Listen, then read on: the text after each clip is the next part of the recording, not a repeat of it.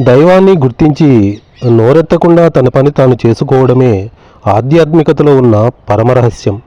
చాలామంది సాధకులు భగవంతుని తెలుసుకున్న తర్వాత మౌనం వహించారు. ఎందుకు? ఈశ్వరుడు ఆడిస్తున్న నాటకాన్ని సాక్షిగా చూస్తూ లోపల పరమానందాన్ని వాళ్ళు పొందుతున్నారు. ఇది నిజమా?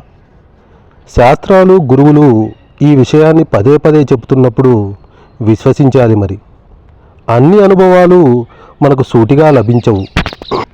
ఇతరులకు లభించిన దాన్ని ప్రాతిపదికగా తీసుకొని రుజువు చేసుకోవాలి. దీనికి విశ్వాసం కావాలి. అప్పుడే మన లోపల తాళం మనం తెరుచుకోగలం.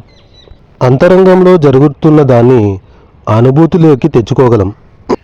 దైవాన్ని గుర్తించడం అంత సులువైన పని కాదు. అది సాదాసీదా పని కాదు.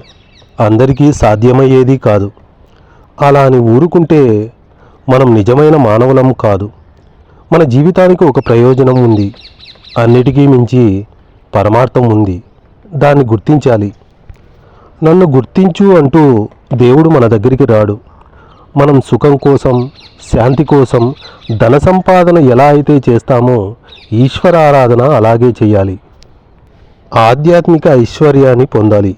ఈ విషయాన్ని వేదాలు మనకు తెలియజేస్తున్నాయి. లౌకిక జీవనం సుఖవంతం కావడానికి ఎంతోమంది శాస్త్రజ్ఞులు జీవితాలు అంకితం చేశారు, అపార కృషి చేశారు. అలౌకిక మార్గంలో నడిపించి దైవదర్శనం కల్పించడానికి ఎందరో యోగులు తపించారు.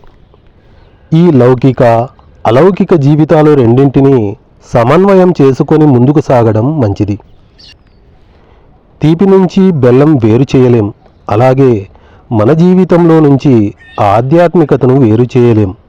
అది కాని పని. సాధన చేసే కొద్దీ దేవుడు మన మిత్రుడవుతాడు, గురువు అవుతాడు. చివరకు ఈ జీవిత నౌకను దాటించే దయగల తండ్రి అవుతాడు.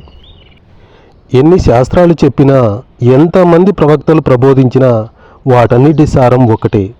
అదే జీవన్ముక్తి. జీవించి ఉండగానే ముక్తిని పొందటం. పాపానికి భయపడి మంచి పని చేయాలి. పుణ్యానికి ఆశపడి మంచి పని చేయాలి. ఎలాగైనా మంచి పనులనే చేస్తూ ఉండాలి.